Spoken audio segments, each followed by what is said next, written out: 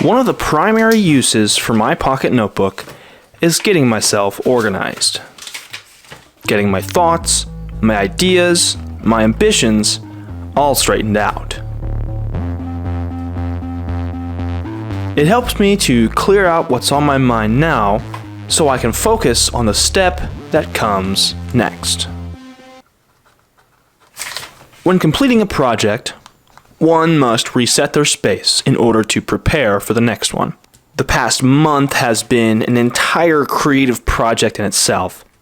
I made a 4-part series of videos, each one taking a week to make. They were all part of the same storyline really, so it was essentially one big video project. This began at the end of August. And now, at the beginning of October, it's time to finally reset my space. This studio, to say the least, has become a big, fat mess. Over the past month, it's been go, go, go, and now I don't really know where to start on this reset. Kind of so much to do, it's just like, what do I start with? But not knowing where to start, that's the perfect place to start. I guess let's start with the desk.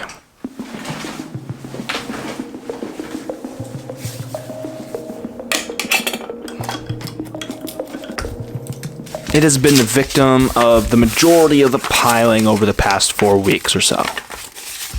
Notebooks, pens, construction paper, etc. I've got all these construction paper scraps from previous videos. Now I could throw them away, but I won't. I'm gonna be like that one art teacher that we all had back in school and keep the scraps for just the right project so as to not waste any.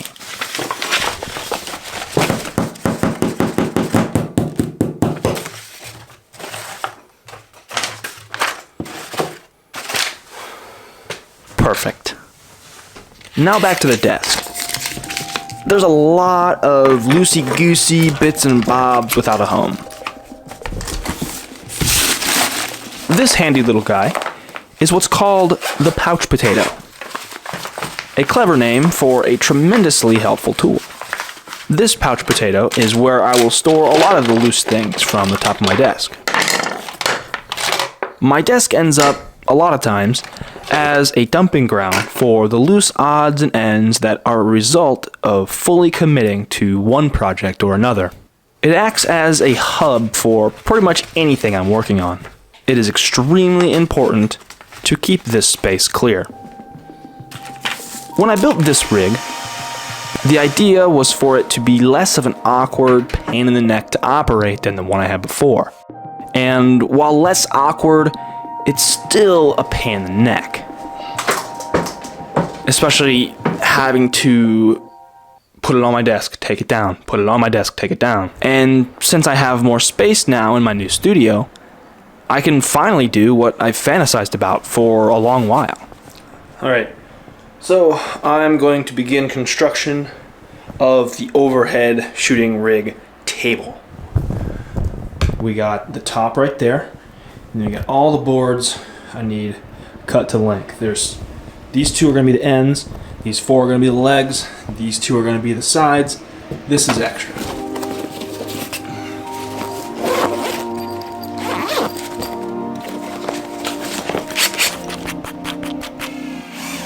So that would be a table or workspace dedicated just to shooting overhead shots.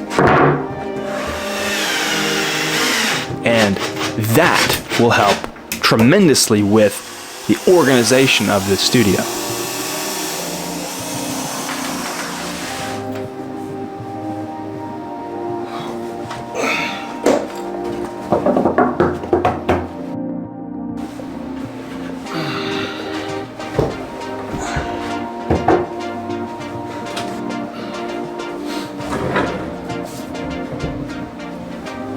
The Pocket Notebook is not unlike my creative studio.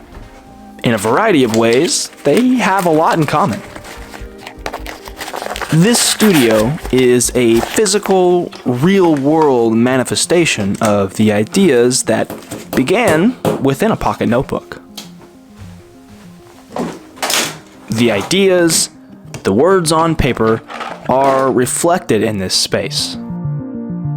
Within my writing, within my notebook, I have these resets. These are when I will sort of summarize and recollect a handful of similar relevant ideas. This allows me to properly gather my thoughts on a topic and better execute it. For example, writing this video takes place over the course of multiple days and different pages. Now and again, I'll gather little nuggets of ideas and snippets of what I want to say. I'll write these things down, and then later, go back and put them in order, clarify them, or whatever needs to be done to execute what I'm trying to make. And that is what I'm doing in my studio. I've had this idea for a while now to make this lamp a little less aggressive.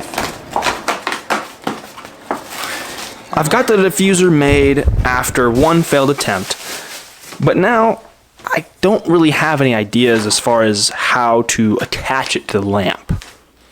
Maybe I attach it, maybe I build something else for it to be propped up, maybe I scrap the idea entirely. I don't know. As I make progress in tidying up the studio, it all starts to come together. The overhead table is finished, and I'm beyond happy with it.